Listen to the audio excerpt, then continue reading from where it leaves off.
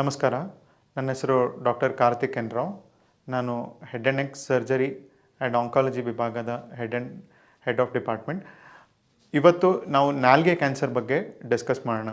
ನಾಲಿಗೆ ಕ್ಯಾನ್ಸರ್ ಯಾವ ಥರ ಇರುತ್ತೆ, ಅದಕ್ಕೆ ಟ್ರೀಟ್ಮೆಂಟ್ ಏನು, ಮಾತಾಡೋದು ಔಟ್ಕಮ್ಸ್ ಏನೇನು, ಆಮೇಲೆ ಸರ್ವೈವಲ್ ರೇಟ್ಸ್ ಏನು, ಇದೆಲ್ಲದನ್ನು ನಾವು ಡಿಸ್ಕಸ್ ಮಾಡೋಣ.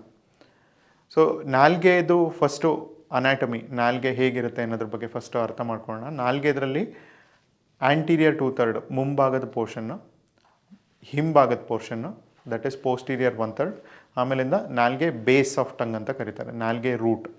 ಸೊ ಈ 3 ಅಂಶ ಇರುತ್ತೆ. ನಾಲಿಗೆ ಪಕ್ಕದಲ್ಲಿ ಫ್ಲೋರ್ ಆಫ್ ಮೌತ್ ಅಂತ ಇರುತ್ತೆ. ಆ ಫ್ಲೋರ್ ಆಫ್ ಮೌತ್ ಅನ್ನೋದು ಈಗ ಮ್ಯಾಂಡಿಬಲ್ ಅಂತ ಏನು ಕರಿತೇವೆ, ಇದು ಮೂಳೆ, ಆ ಮೂಳೆಗೆ ಅಟ್ಯಾಚ್ ಆಗಿರುವಂಥದ್ದು. ಸೊ ಫ್ಲೋರ್ ಆಫ್ ಮೌತ್ ನಾಲಿಗೆ, ಇದು ಮೂಳೆಗೆ ಅಟ್ಯಾಚ್ ಆಗಿರುತ್ತೆ. ಸೊ ಅದು ಮಧ್ಯದಂಗೆ ಬರ್ತಿದ್ದಂಗೆ ಸೊ ಅದು ನಾಲಿಗೆ ಆಗಿ ಕನ್ವರ್ಟ್ ಆಗುತ್ತೆ. ನಾಲಿಗೆದು ಮುಂಭಾಗದ ಅಂಶ ಆ್ಯಂಟೀರಿಯರ್ 2/3, ಹಿಂಭಾಗದ್ದು ಪೋಸ್ಟೀರಿಯರ್ 1/3, ಪೂರ್ತಿ ಹಿಂಭಾಗದ್ದು ಬೇಸ್ ಆಫ್ ಟಂಗ್ ಅಂತ ಕರೀತಾರೆ. ಸೊ ನಾಲಿಗೆ ಮೇಲ್ಗಡೆ ಅಂಶಕ್ಕೆ ಡಾರ್ಸಮ್ ಅಂತ ಕರೀತಾರೆ, ಸೈಡಿನ ಅಂಶಕ್ಕೆ ಲ್ಯಾಟ್ರಲ್ ಬಾರ್ಡರ್ ಅಂತ ಕರೀತಾರೆ, ಕೆಳಗಡೆ ಅಂಶಕ್ಕೆ ವೆಂಟ್ರಲ್ ಸರ್ಫೇಸ್ ಆಫ್ ಟಂಗ್ ಅಂತ ಕರೀತಾರೆ. ಸೊ ನಾಲಿಗೆದು ಮೋಸ್ಟ್ ಕಾಮನ್ ಕ್ಯಾನ್ಸರ್ ಆಗುವಂಥದ್ದು ಲ್ಯಾಟ್ರಲ್ ಬಾರ್ಡರ್, ಅಂದರೆ ನಾಲಿಗೆ ಸೈಡಿನ ಅಂಶದ್ದು, ಅದಕ್ಕೆ ಮೋಸ್ಟ್ ಕಾಮನ್ ಕ್ಯಾನ್ಸರ್ಸ್ ಆಗುವಂಥದ್ದು. ಸೆಕೆಂಡ್ ಮೋಸ್ಟ್ ಕಾಮನ್ ಕ್ಯಾನ್ಸರ್ ಆಗುವಂಥದ್ದು ವೆಂಟ್ರಲ್ ಡಾರ್ಸಲ್ ಸರ್ಫೇಸ್ ಅಂತ ಕರೀತಾರೆ, ಮೇಲ್ಗಡೆ ನಾಲಿಗೆ ಮೇಲ್ಗಡೆ ಪೋರ್ಷನ್. ಲಾಸ್ಟು ನಾಲಿಗೆ ಕೆಳಗಡೆ ಪೋರ್ಷನ್ ಆಗಿರುವಂಥದ್ದು. ಇನ್ ಜನರಲ್ ನಾಲಿಗೆ ಕ್ಯಾನ್ಸರ್ಸ್ಗೆ first line of treatment is almost always surgery. ಸರ್ಜರಿನಲ್ಲಿ ನಾಲಿಗೆದು ಫಸ್ಟು ಪೋರ್ಷನ್ಸ್ನ ಅರ್ಥ ಮಾಡ್ಕೋಬೇಕಾಗತ್ತೆ. ಸೊ ನಾಲಿಗೆ ಮೇಲ್ಗಡೆ ಇರುವಂಥದ್ದು ಟ್ಯೂಮರ್, ಆ ಟ್ಯೂಮರ್ ಅನ್ನೋದು ನಾಲಿಗೆ ಕತ್ತಿನ ಗಂಟಿಗೆ ಸ್ಪ್ರೆಡ್ ಆಗುವಂಥ ಸಾಧ್ಯತೆಗಳಿರುತ್ತೆ.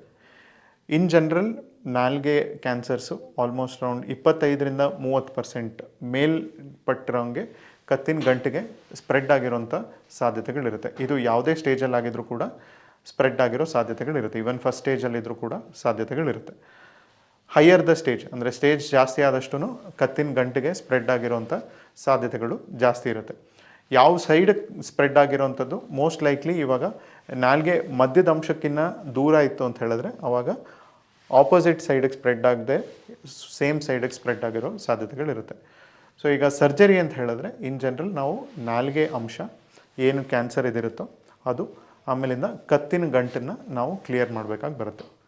ಸೊ ಅರ್ಲಿ ಸ್ಟೇಜ್ ಕ್ಯಾನ್ಸರ್ ಅಂದರೆ ನಾಲಿಗೆದು ಕ್ಯಾನ್ಸರ್ ಚಿಕ್ಕದಾಗಿದ್ದಾಗ, ಅರ್ಲಿ ಸ್ಟೇಜ್ ಕ್ಯಾನ್ಸರ್ ಅಂತ ಹೇಳಿದ್ರೆ 4 ಸೆಂಟಿಮೀಟ್ರಿಗಿನ್ನ ಕಮ್ಮಿ, 1 ಸೆಂಟಿಮೀಟ್ರಿಗಿನ್ನ ಕಮ್ಮಿ ಡೀಪ್ ಆಫ್ ಡೆಪ್ತ್, ಅಂದರೆ ಒಳಗಡೆ 1 ಸೆಂಟಿಮೀಟ್ರಿಗಿನ್ನ ಕಮ್ಮಿ ಡೀಪ್ ಆಗಿದ್ದು ಕತ್ತಿನ ಗಂಟಿಗೆ ಹರಡದೇ ಇರೋವಂಥದ್ದು.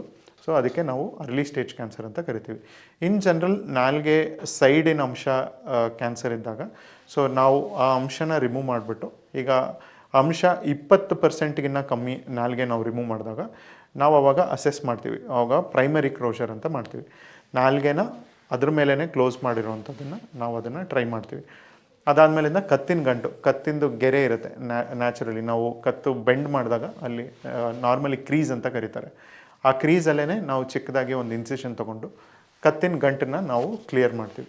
ಕತ್ತಿನ ಗಂಟು ಕ್ಲಿಯರ್ ಮಾಡಿಬಿಟ್ಟು ನಾವು ಪೆಥಾಲಜಿ ಟೆಸ್ಟಿಂಗಾಗಿ ಕಳಿಸ್ತೀವಿ.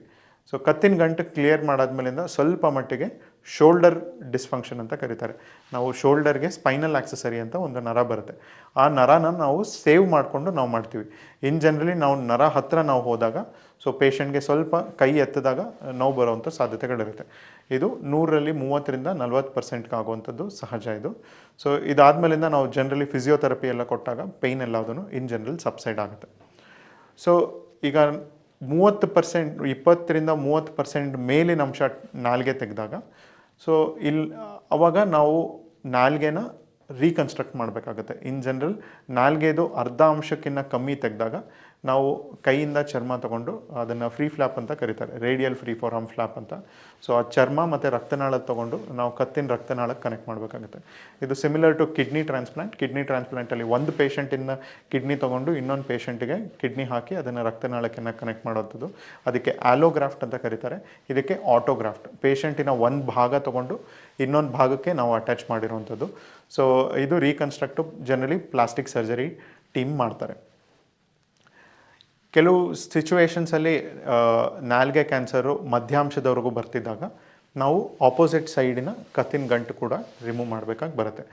ಇಲ್ಲ ಮಿಡ್ ಲೈನ್ ಅಂತ ಕರಿತಾರೆ, ನಾಲ್ಗೆ ಮಧ್ಯದ ಅಂಶ ಕ್ರಾಸ್ ಆಗಿತ್ತು ಅಂತ ಹೇಳಿದ್ರೆ ನಾವು ಆಪೋಸಿಟ್ ಸೈಡಿನ ಗಂಟುಗಳು ಕೂಡ ರಿಮೂವ್ ಮಾಡಬೇಕಾಗಿ ಬರುತ್ತೆ. ಯಾವಾಗ ನಾವು ನಾಲ್ಗೆ ಅರ್ಧಾಂಶ ಇಲ್ಲ ಅಂತ ಹೇಳಿದ್ರೆ ನಾಲ್ಗೆ ಹಿಂಭಾಗ ರಿಮೂವ್ ಮಾಡಿದಾಗ ನಾಲ್ಗೆ ಸ್ವಲ್ಪ ಥಿಕ್ನೆಸ್ ಜಾಸ್ತಿ ಆಗೋ ಸಾಧ್ಯತೆಗಳಿರುತ್ತೆ ನಾವು ಫ್ಲ್ಯಾಪ್ ಹಾಕಿದಾಗ. ಸೊ ಆ ಥರ ಇದ್ದಾಗ ಪೇಷಂಟಿಗೆ ಆ ಥರ ಬಾಯಿ ಓಪನಿಂಗು ಕೂಡ ಕಮ್ಮಿ ಇದ್ದಾಗ ನಾವಿಲ್ಲಿ ಒಂದು ಚಿಕ್ಕದಾಗಿ ಹೋಲ್ ಮಾಡ್ತೀವಿ, ಅಲ್ಲೊಂದು ಪೈಪ್ ಹಾಕಿರ್ತೀವಿ. ಜನರಲಿ ಈ ಥರ ಸಿಚುವೇಷನಲ್ಲಿ ಅದು ಟೆಂಪ್ರರಿ ಆಗಿರುತ್ತೆ, ಅದು ಟ್ರೇಕಿಯಾಸ್ಟಮಿ ಅಂತ ಇರುತ್ತೆ. ಪೋಸ್ಟ್ ಆಪರೇಟಿವ್ ಟ್ರೇಕಿಯಾಸ್ಟಮಿ ಇದರಲ್ಲಿ ಅದು ಉಸಿರಾಡೋದಕ್ಕೆ ಹೆಲ್ಪ್ ಆಗಲಿ ಅನ್ನೋದಕ್ಕೋಸ್ಕರ ಹಾಕಿರ್ತೀವಿ. ಯಾವಾಗ ಪೇಷಂಟ್ಗೆ ಊತ ಕಮ್ಮಿ ಆಗಿರುತ್ತೆ, ಪೇಷಂಟ್ ಸ್ವಯಂ ಅವರ ಸಲೈವ ಎಂಜಲನ್ನು ಅವರೇ ನುಂಗ್ಕೊಳ್ಳೋಕ್ಕೆ ಶುರು ಆದಮೇಲಿಂದ ಮಾತಾಡೋದಕ್ಕೆಲ್ಲ ಶುರು ಆದಾಗ ನಾವು ಆ ಪೈಪ್ನ ರಿಮೂವ್ ಮಾಡ್ತೀವಿ. ಆ ಪೈಪ್ನ ರಿಮೂವ್ ಮಾಡಾದ್ಮೇಲಿಂದ ಆರಾಮಾಗಿ ಮೂಗಿಂದ ಬ್ರೀದಿಂಗ್ ಎಲ್ಲ ಮಾಡ್ಬೋದು. ಅದು ಹೀಲ್ ಆಗೋವರೆಗೂ ನಾವು ಒಂದು ರೈಲ್ಸ್ ಟ್ಯೂಬ್ ಕೂಡ ಹಾಕಿರ್ತೀವಿ. ರೈಲ್ಸ್ ಟ್ಯೂಬ್ ಅನ್ನೋದು ಮೂಗಲ್ಲಿ ಒಂದು ಪೈಪ್ ಹಾಕಿರೋದು ಸೀದಾ ಹೊಟ್ಟೆ ಒಳಗೆ ಹೋಗಿರುತ್ತೆ. ಸೊ ಅಲ್ಲಿಂದ ಫೀಡಿಂಗು ಎಲ್ಲದನ್ನು ಕೊಡ್ತೀವಿ. In general tongue primary closure ಆದಮೇಲಿಂದನೂ ಕೂಡ ಪೇಷಂಟ್ಸ್ ಆಪ್ರೇಷನ್ ಆಗಿದ ತಕ್ಷಣ ಮಾತಾಡುವಂಥದ್ದು ಸಹಜ ಇರುತ್ತೆ. ಆಲ್ದೋ ಮೂಮೆಂಟ್ ಆಲ್ಮೋಸ್ಟ್ 80-90% ಮೂಮೆಂಟ್ಸ್ ಇರುತ್ತೆ. ಬಟ್ ಆಪೋಸಿಟ್ ಸೈಡ್ಗೆ ಮೂಮೆಂಟ್ ಸ್ವಲ್ಪ ರಿಸ್ಟ್ರಿಕ್ಟೆಡ್ ಇರುತ್ತೆ, ಯಾಕಂದರೆ ನಾವು ನಾಲ್ಗೆ ಸೂಚರ್ ಮಾಡಿರೋಂಥದ್ದು. ನಾವು ಇನ್ ಜನರಲ್ ಪೇಷಂಟ್ಸ್ ಏನು ಮಾತಾಡಬೇಕು ಅಂತಿರ್ತಾರೋ ಅವರು ಮಾತಾಡ್ಬೋದು. ನಾವು ಏನು ಪೇಷಂಟ್ ಮಾತಾಡ್ತಾ ಇದ್ದಾರೆ ಅನ್ನೋದು ವಿತೌಟ್ ರಿಪಿಟೇಷನ್ ನಮಗೆ ಅರ್ಥ ಆಗುತ್ತೆ. ಸುಮಾರು ಜನ ಪೇಷಂಟ್ಸ್ ಟೀಚರ್ಸ್ ಆಗಿರ್ಬೋದು, ಇಲ್ಲಾಂದರೆ ಪೊಲೀಸ್ ಆಗಿರ್ಬೋದು, ಯಾರು ಜನರಲ್ ಆಗಿ ಮಾತಾಡ್ತಾ ಇರ್ತಾರೋ ಅವ್ರಿಗೆ ಸುಮಾರು ಜನಕ್ಕೆ ಈ ಥರ ಸರ್ಜರಿ ಮಾಡಾದ್ಮೇಲಿಂದನೂ ಕೂಡ ವಾಪಸ್ ಅವರು ಕೆಲಸ ಎಲ್ಲ ಶುರು ಮಾಡ್ಕೊಂಡಿದ್ದಾರೆ. ಸೊ ಈಗ ಟ್ರೀಟ್ಮೆಂಟ್ ಕೊಟ್ಟಾದ್ಮೇಲಿಂದ ನಾಲ್ಗೆದು ಸರ್ಜರಿ ಆಗಿ ಕತ್ತಿನ ಗಂಟೆಲ್ಲ ರಿಮೂವ್ ಮಾಡಾದ್ಮೇಲಿಂದ ನಾವು ಅದನ್ನು ಪೆಥಾಲಜಿ ಟೆಸ್ಟಿಂಗಿಗೆ ಕಳಿಸ್ತೀವಿ. ಸೊ ಅದು ಪೆಥಾಲಜಿ ಟೆಸ್ಟಿಂಗಿಗೆ ಕಳಿಸಿದಾಗ ಸೊ ಅವರು ಅದನ್ನು ಮಲ್ಟಿಪಲ್ ಪೀಸಸ್ ಆಗಿ ಕಟ್ ಮಾಡ್ತಾರೆ, ಬ್ರೆಡ್ ಲೋಫಿಂಗ್ ಅಂತ ಕರೀತಾರೆ. ಕಟ್ ಮಾಡಿ ಅದನ್ನು ಮೈಕ್ರೋಸ್ಕೋಪಲ್ಲಿ ಇಟ್ಬಿಟ್ಟು ಕೆಲವು ಫೀಚರ್ಸ್ನ ಚೆಕ್ ಮಾಡಿ ನೋಡ್ತಾರೆ. ಎಷ್ಟು ಒಳಗಡೆ ಹೋಗಿದೆ, ರಕ್ತನಾಳದೊಳಗೆ ಹೋಗಿದೆಯಾ ಇಲ್ವಾ, ನರದೊಳಗೆ ಹೋಗಿದೆಯಾ ಇಲ್ವಾ, ನಾಲ್ಗೆ ಬಿಟ್ಟು ಸ್ಪ್ರೆಡ್ ಆಗಿದೆಯಾ ಇಲ್ವಾ, ಅದನ್ನೆಲ್ಲ ಚೆಕ್ ಮಾಡಿ ನೋಡ್ತಾರೆ. ಕತ್ತಿನ ಗಂಟುಗಳೆಲ್ಲದೂ ನಾವು ಫ್ಯಾಟ್ ಜೊತೆ ಮತ್ತು ಲಿಂಫ್ ನೋಡ್ಸ್ ಎಲ್ಲ ರಿಮೂವ್ ಮಾಡಿರ್ತೀವಿ. ಸೊ ಅದರಲ್ಲಿ ಅವರು ಚೆಕ್ ಮಾಡ್ತಾರೆ ಎಷ್ಟು ಲಿಂಫ್ ನೋಡ್ಸ್ ತೆಗೆದಿರ್ತಾರೆ, ಆ ಲಿಂಫ್ ನೋಡು ಯಾವ ಲಿಂಫ್ ನೋಡ್ ಗ್ರೂಪಲ್ಲಿ ಕ್ಯಾನ್ಸರ್ ಸ್ಪ್ರೆಡ್ ಆಗಿದೆ, ಲಿಂಫ್ ನೋಡ್ ಎಷ್ಟು ದಪ್ಪ ಇದೆ, ಎಷ್ಟು ಲಿಂಫ್ ನೋಡಿಗೆ ಸ್ಪ್ರೆಡ್ ಆಗಿದೆ, ಲಿಂಫ್ ನೋಡ್ ಸುತ್ತಮುತ್ತ ಹರಡಿದೆಯಾ ಇಲ್ವಾ ಅಂತ ಹೇಳ್ಬಿಟ್ಟು ಒಂದು 4-5 ಪೇಜ್ ರಿಪೋರ್ಟ್ನ ಕೊಡ್ತಾರೆ. ಆ ರಿಪೋರ್ಟ್ನ ನೋಡಿಕೊಂಡು ನಾವು ಫೈನಲ್ ಸ್ಟೇಜಿಂಗ್ನ ಮಾಡಬೇಕಾಗುತ್ತೆ. ಸೊ ಫೈನಲ್ ಸ್ಟೇಜಿಂಗ್ನ ನೋಡಿಕೊಂಡು ನಾವು ಪೇಷಂಟ್ಗೆ ಫರ್ದರ್ ಟ್ರೀಟ್ಮೆಂಟ್ನ ಪ್ಲ್ಯಾನ್ ಮಾಡಬೇಕಾಗುತ್ತೆ. In general first second stage patients ಇದ್ದು ಏನೂ ಅಡ್ವರ್ಸ್ ಫೀಚರ್ಸ್ ಇಲ್ಲ, ಕ್ಯಾನ್ಸರ್ ವೇಗವಾಗಿ ಬೆಳೆದೇ ಇರುವಂಥದ್ದು, ಕತ್ತಿನ ಗಂಟೆಗೆ ಹರಡಿಲ್ಲ, ಸ್ಟೇಬಲ್ ಆಗಿರುವಂಥ ಪೇಷಂಟ್ಸ್ಗೆ ನಾವು ಸರ್ಜರಿಯಿಂದ ಟ್ರೀಟ್ಮೆಂಟ್ ಜನರಲಿ ಮುಕ್ತಾಯ ಆಗುತ್ತೆ. ಸೊ ಸರ್ಜರಿ ಟ್ರೀಟ್ಮೆಂಟ್ ಆದಮೇಲಿಂದ ಪ್ರತಿ 3 ತಿಂಗಳಿಗೂ ಪೇಷಂಟ್ಗೆ ನಾವು ಫಾಲೋಅಪ್ಪಲ್ಲಿ ವಿಸಿಟಿಗೆ ಬರೋಕ್ಕೆ ಹೇಳ್ತೀವಿ. ಸೊ ಫಾಲೋಅಪ್ ವಿಸಿಟಲ್ಲಿ ನಾವು ಕ್ಲಿನಿಕಲ್ ಎಕ್ಸಾಮಿನೇಷನ್ ಅರ್ಲಿ ಸ್ಟೇಜ್ ಕ್ಯಾನ್ಸರ್ಸ್ಗೆ ನಾವು ನಾಲ್ಗೆನ ಟಚ್ ಮಾಡಿ ಫೀಲ್ ಮಾಡಿ ನೋಡ್ತೀವಿ, ಫ್ಲೋರ್ ಆಫ್ ಮೌತ್ನ ಫೀಲ್ ಮಾಡ್ತೀವಿ, ಗಂಟ್ಲು ಹಿಂಭಾಗದಲ್ಲಿ ಚೆಕ್ ಮಾಡಿ ನೋಡ್ತೀವಿ, same side neck opposite side ನೆಕ್ನ ನಾವು ಎಕ್ಸಾಮಿನ್ ಮಾಡಿ ಚೆಕ್ ಮಾಡಿ ನೋಡ್ತೀವಿ. ಈಗ ಪೇಷಂಟ್ಗೆ ಕತ್ತಿನ ಗಂಟೆಗೆ ಹರಡಿತ್ತು, ರಕ್ತನಾಳದೊಳಗೆ ಹೋಗಿದೆ, ಇಲ್ಲ ಮಲ್ಟಿಪಲ್ ಅಡ್ವರ್ಸ್ ಫೀಚರ್ಸ್ ಇದ್ದಾಗ ನಾವು ರೇಡಿಯೇಷನ್ ಕೊಡುವಂಥದ್ದು ಸಾಧ್ಯತೆಗಳು ಬರುತ್ತೆ. ಸೊ ರೇಡಿಯೇಷನ್ ಕೊಟ್ಟಾಗ ಇನ್ ಜನರಲ್ ಬಾಯಿ ಕ್ಯಾನ್ಸರ್ಸ್ ಇಲ್ಲ ನಾಲ್ಗೆ ಕ್ಯಾನ್ಸರ್ಸ್ಗಾಗಿದ್ದಾಗ ರೇಡಿಯೇಷನ್ನು 30 ಫ್ರ್ಯಾಕ್ಷನ್ಗೆ ರೇಡಿಯೇಷನ್ ಕೊಡ್ತಾರೆ. ವಾರಕ್ಕೆ 5 ದಿವಸದಂಗೆ 6 ವಾರದವರೆಗೂ 30 ಫ್ರ್ಯಾಕ್ಷನ್ ರೇಡಿಯೇಷನ್ ಕೊಡ್ತಾರೆ. ರೇಡಿಯೇಷನ್ ಕೆಲವರು ಅದನ್ನು ಮಿಸ್ಅಂಡರ್ಸ್ಟ್ಯಾಂಡ್ ಮಾಡ್ಕೊಂಡಿರ್ತಾರೆ, ಕೆಲವರು ಕರೆಂಟ್ ಟ್ರೀಟ್ಮೆಂಟ್ ಅಂತ ಕರೀತಾರೆ. ಅದಕ್ಕೂ ಕರೆಂಟ್ಗೂ ಏನೂ ಸಂಬಂಧ ಇಲ್ಲ. ಸೊ ಲೈಟ್ ಟ್ರೀಟ್ಮೆಂಟ್ ಏನಂತ ಹೇಳಿದ್ರೆ it is just x-ray, high energy ಎಕ್ಸ್ರೇಸ್ನ ನಾವು ಎಲ್ಲಿ ಟ್ರೀಟ್ಮೆಂಟ್ ಆಗಿರುವಂಥದ್ದು ಜಾಗಕ್ಕೆ ಅದನ್ನು ಕೊಡ್ತಾರೆ. ಈಗ ನೀವು ಸರ್ಜರಿ ಮಾಡೋಕ್ಕಿಂತ ಮುಂಚೆ ನೀವು ಏನು ಸ್ಕ್ಯಾನಿಂಗ್ ಮಾಡಿರ್ತೀರಿ ಆ ಥರ ಸ್ಕ್ಯಾನಿಂಗಲ್ಲಿ ನೀವು ಮತ್ತೆ ಮಲಗಿಸ್ತಾರೆ. ಅದೇ ಟ್ರೀಟ್ಮೆಂಟ್ ಟೈಮಲ್ಲಿ 2 to 5 ಮಿನಿಟ್ಸಲ್ಲಿ ಎಕ್ಸ್ರೇ ಕೊಡ್ತಾರೆ. So it is painless procedure. So ಅದು ಕೊಡೋದು ಯಾಕೆ ಅಂತ ಹೇಳಿದ್ರೆ ಕ್ಯಾನ್ಸರ್ ವೇಗವಾಗಿ ಬೆಳೆಯೋದ್ರಿಂದ ಕಣ್ಣಿಗೆ ಕಾಣೋ ಕ್ಯಾನ್ಸರ್ ಎಲ್ಲದೂ ಸರ್ಜರಿಯಿಂದ ರಿಮೂವ್ ಆಗಿರುತ್ತೆ. In case higher risk cancer ಆಗಿದ್ದಾಗ ಅಕಸ್ಮಾತ್ ಕಣ್ಣಿಗೆ ಕಾಣದೇ ಇರೋವಂಥ ಕ್ಯಾನ್ಸರ್ ಇತ್ತು ಅಂತ ಹೇಳಿದ್ರೆ ಅದನ್ನು ಬರ್ನ್ ಮಾಡೋದಕ್ಕೆ ಅಂತ ಹೇಳ್ಬಿಟ್ಟು ರೇಡಿಯೇಷನ್ ಕೊಡ್ತಾರೆ. ರೇಡಿಯೇಷನ್ ಕೊಟ್ಟಾದ್ಮೇಲಿಂದ ಅಗೇನ್ 3 ತಿಂಗಳಾದಮೇಲೆ ನಾವೊಂದು ಸ್ಕ್ಯಾನ್ ಮಾಡಿ ನೋಡ್ತೀವಿ ಏನು ರೆಸಿಡ್ಯೂಯಲ್ ಇಲ್ಲ ಅಂತ ಹೇಳ್ಬಿಟ್ಟು. ಅದಾದಮೇಲಿಂದ ನಾನು ಹೇಳ್ದಂಗೆ ಕ್ಲಿನಿಕಲ್ ಎಕ್ಸಾಮಿನೇಷನ್ ಟಚ್ ಮಾಡಿ ಫೀಲ್ ಮಾಡಿ ಕತ್ತಿನ ಗಂಟನ್ನೆಲ್ಲ ಫೀಲ್ ಮಾಡಿ ಮೂಗಲ್ಲಿ ಒಂದು ಕ್ಯಾಮ್ರಾ ಹಾಕ್ಬಿಟ್ಟು ಗಂಟ್ಲಲ್ಲಿ ಏನಾದ್ರು ಇಶ್ಯೂ ಇದೆಯಾ ಎಲ್ಲದನ್ನು ಚೆಕ್ ಮಾಡಿ ನೋಡ್ತಾರೆ. ಇನ್ ಜನರಲ್ ರೇಡಿಯೇಷನ್ ಕೊಟ್ಟಾದ್ಮೇಲಿಂದ ರೇಡಿಯೇಷನ್ ಫೀಲ್ಡಲ್ಲಿ ಕೆಲವು ಸತಿ ಥೈರಾಯ್ಡ್ ಬರುವಂಥ ಸಾಧ್ಯತೆಗಳಿರುತ್ತೆ. ಆ ಥರ ಹೈಪೋಥೈರಾಯ್ಡಿಸಮ್ ಅಂದರೆ ಥೈರಾಯ್ಡ್ ಉತ್ಪತ್ತಿ ಕಮ್ಮಿ ಆಗುವಂಥ ಸಾಧ್ಯತೆಗಳಿರುತ್ತೆ. ಸೊ ಅದಕ್ಕೆ ನಿಮಗೆ ರೇಡಿಯೇಷನ್ ಮುಗಿದು 3ರಿಂದ 6 ತಿಂಗಳಾದಮೇಲಿಂದ ಪ್ರತಿ 3 ತಿಂಗಳಿಗೂ ಥೈರಾಯ್ಡ್ ಟೆಸ್ಟ್ ಮಾಡೋದಕ್ಕೆ ಅಂತ ಹೇಳ್ತಾರೆ. ಸೊ ಅದು ಥೈರಾಯ್ಡ್ ಏನಾದ್ರು ಉತ್ಪತ್ತಿ ಕಮ್ಮಿ ಆಗಿದರೆ ನಾವು ಥೈರಾಯ್ಡ್ ಟ್ಯಾಬ್ಲೆಟ್ನ ನಾವು ಆ್ಯಡ್ ಮಾಡ್ತೀವಿ. ಥೈರಾಯ್ಡ್ ಟ್ಯಾಬ್ಲೆಟ್ ದೇಹದ್ದೇನೆ ಆಟೋಮೆಟಿಕ್ಕಾಗಿ ಉತ್ಪತ್ತಿ ಆಗೋದ್ರಿಂದ ಅದರದ್ದು ಎಫೆಕ್ಟ್ಸ್ ಆ ಥರ ಏನೂ ಇರಲ್ಲ. ಅದನ್ನು ಟೈಟ್ರೇಟ್ ಮಾಡಿಬಿಟ್ಟು ಮಾಡ್ತಾರೆ. ಇನ್ನು ಕೆಲವು ಪೇಷಂಟ್ಸ್ಗೆ 100ರಲ್ಲಿ 5ರಿಂದ 10% ಪೇಷಂಟ್ಗೆ ತುಂಬ ಅಗ್ರೆಸಿವ್ ಆಗಿ ಬೆಳೆಯುವಂಥ ಕ್ಯಾನ್ಸರ್ ಆಗಿತ್ತು ಅಂತ ಹೇಳಿದ್ರೆ, ಕತ್ತಿನ ಗಂಟಿಗೆ ಗಂಟಿನ ಸುತ್ತ ಹರಡಿದ್ರೆ ಇಲ್ಲ ಅಂತ ಹೇಳಿದ್ರೆ ನಾವು ಇನ್ ಜನರಲ್ ಸರ್ಜರಿ ಟೈಮಲ್ಲಿ 1ರಿಂದ 1.5 ಸೆಂಟಿಮೀಟ್ರ್ ಟ್ಯೂಮರ್ ಮಾರ್ಜಿನ್ ಥರ ತೊಗೊತೀವಿ. ಈ ಕ್ಯಾನ್ಸರ್ ಹೇಗೆ ಅಂತ ಹೇಳಿದ್ರೆ ಮರ ಇದ್ದಂಗೆ. ಈಗ ನಾವು ಸುಮ್ಮನೆ ಮರ ಮೇಲ್ಗಡೆ ಭೂಮಿ ಮೇಲ್ಗಡೆ ಇರೋದನ್ನು ಕಡಿದ್ರೆ ಬೇರೆ ಹಾಗೆ ಉಳ್ಕೊಳ್ಳುತ್ತೆ. ಸೊ ಅದಕ್ಕೆ ನಾವು ಏನು ಮಾಡ್ತೀವಿ, ಟ್ಯೂಮರ್ ಜೊತೆಗೆ ಮಾರ್ಜಿನ್ ಅಂತ ತೊಗೊತೀವಿ. ಸೊ ಟ್ಯೂಮರ್ ಎಲ್ಲಿ ಏನೇನು ಸ್ಪ್ರೆಡ್ ಆಗಿರುತ್ತೋ ಅದಷ್ಟೂ ಕೂಡ ರಿಮೂವ್ ಮಾಡೋಕ್ಕೆ ಟ್ರೈ ಮಾಡ್ತೀವಿ. ಸೊ ಇನ್ ಜನರಲ್ 1ರಿಂದ 1.5 ಸೆಂಟಿಮೀಟ್ರ್ ನಾವು ಫೀಲ್ ಮಾಡಿಕೊಂಡು ತೊಗೋತೀವಿ.